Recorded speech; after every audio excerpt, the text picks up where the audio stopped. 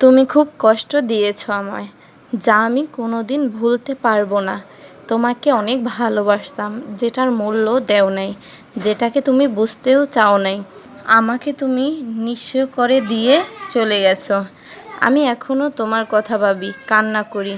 তুমি আমাকে এতটাই কষ্ট দিয়েছো যা আমি কারো কাছে বলতে পারি না, যেটা আমি সহ্য করতে পারছি না।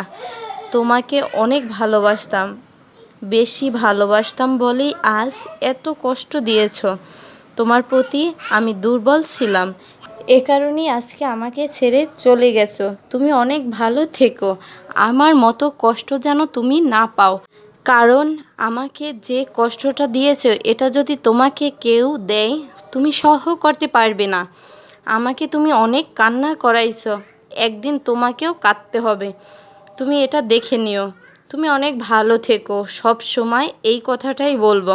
কারণ ভালোবাসার মানুষের প্রতি কখনোই অভিশাপ আসে না। তোমাকে অনেক ভালোবাসতাম প্রিয়, যেটা তুমি বুঝতেও চাওনি। মেয়েদের কষ্টের ভাগ কেউ কোনো সময় নিতে চাইবে না। মেয়েরাও তো মানুষ, মেয়েদের সব সময় কষ্ট পেতেই হয়।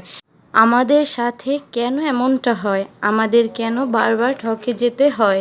এটা কেন সবাই বুঝতে চায় না? আমাদের জীবনেরও মূল্য কেউ দিতে চায় না। আমরা মেয়েরা আপন করে যাকে নিব তারাই শুধু কষ্ট দেয়।